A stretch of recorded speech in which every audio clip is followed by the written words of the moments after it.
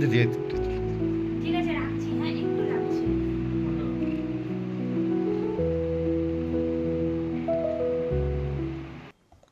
আমি ওয়েস্ট বেঙ্গলে 8th rank করেছি, আর আমার প্রাপ্ত নাম্বার 690। খুব ভালো লাগছে।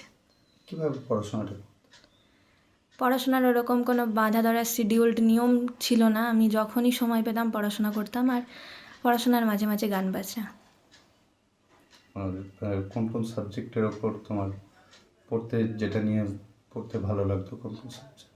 আমার বেসিক্যালি ভালো লাগতো ম্যাথামেটিক্স, ফিজিক্স, বায়োলজি।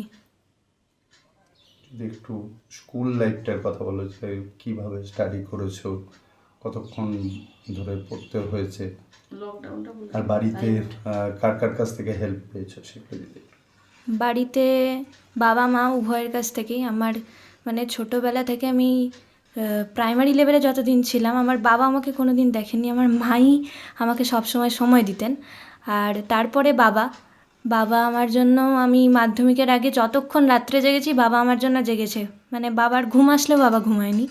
তো অবশ্যই বাবা মা দুজনেরই মানে অবদান আমার উপরে অনেক। আর স্কুল লাইফ বলতে গেলে আমি প্রাইমারি লেভেলে রঘুনাথগঞ্জে শ্রীরামকৃষ্ণ শিক্ষানিকেতনে পড়েছি। তারপরে হঠাৎ লকডাউন হয়ে যাওয়ায় আমার 5, 6, 7 পর্যন্ত আমি লকডাউনে বাড়িতেই ছিলাম, তাই ওটা স্কুল যাওয়া হয়নি। স্কুল লাইফটাকে খুব মিস করেছি। তারপরে 7 থেকে তো একটু একটু করে মাধ্যমিকের দৌড়গোড়াই, সুতরাং স্কুল যাওয়ার হারটা একটু কম ছিল, কিন্তু স্কুলও খুব সাপোর্টিভ আর আমাকে খুব সাহায্য করেছে। এই মুহূর্তে কোন বিদ্যালয়ে পড়াশোনা? এখনও তো ভর্তি হয়নি, আর আমি মাধ্যমিক দিয়েছি রঘুনাথগঞ্জ রানীভবানী বিদ্যানিকেতন থেকে।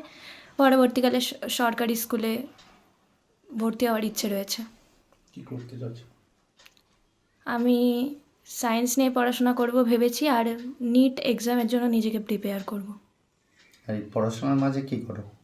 পড়াশোনার মাঝে গান বাজনা আমার একমাত্র এটিপি বলা যেতে পারে। তো এই যে মাধ্যমিক পরীক্ষা এত স্ট্রাগল, সেই সময় গান বাজনা করতে পেরেছেন? হ্যাঁ, একদম। আমি টেস্টের আগে পর্যন্ত অবশ্যই মানে গান বাজনা চালিয়ে গেছি, এবং মাধ্যমিক পরীক্ষা দিয়ে আসা বাড়ি ঢুকছি তখনও গান করছি। মানে ওরকম বাঁধা ধরা ব্যাপার নেই যে হারমোনিয়াম নিয়েই বসতে হবে। আমার গান করতে খুবই ভালো লাগে। আমি বন্ধ দিইনি, এখনও আমি গান চালিয়ে যাচ্ছি।